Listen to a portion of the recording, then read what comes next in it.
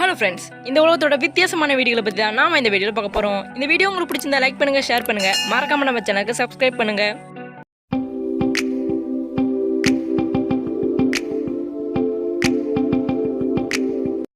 நம்ம முதல்ல பார்க்க போகிறது கிறிசிவி டொமக். கிறிசிவி டொமக் அப்படிங்கிறது வளைந்த வீடுன்னு அர்த்தமா.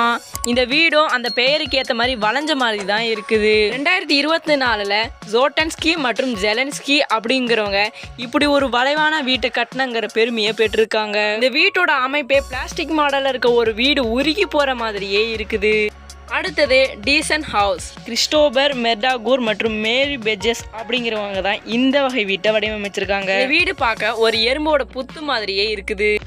அடுத்தது மஷ்ரூம் ஹவுஸ். இந்த வீடு 1970 தான் கட்டப்பட்டிருக்கு. இந்த வீட்டுக்குள்ள மேஜை டைனிங் டேபிள் மூலமா சூப்பரா அலங்கரிக்கப்பட்டிருக்கு. இதனாலேயே இது சிறந்த காளான் பிரியர்கள் தங்குற இடமா மாறி இருக்கு.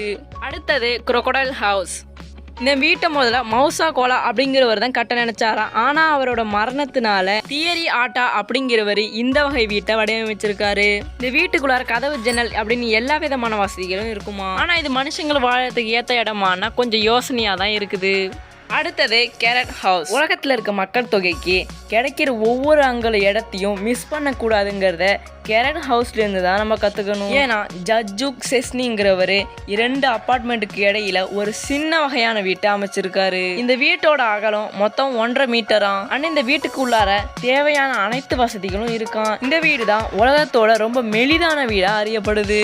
நாம அடுத்ததாக பார்க்க போகிறது Pacific home. The world stand and it's head அப்படிங்கிற திட்டத்தின் அடிப்படையில் உருவாக்கப்பட்ட இந்த வகை வீடு ரொம்ப தலையீழான அமைப்பில் இருக்குது. இந்த வீட்டை எதுக்காக உருவாக்கணுங்கன்னு யார்கிட்ட கேட்டாலும் எந்த வித பதிலும் இல்லை. ஆனா இந்த வீட்டை உருவாக்கினவங்கள்ட்ட கேட்டா மட்டும் ஏதாவது ஒரு மாற்றம் வேணும், அதனால இந்த வகை வீட்டை உருவாக்கியிருக்கோன்னு சொல்லியிருக்காங்க.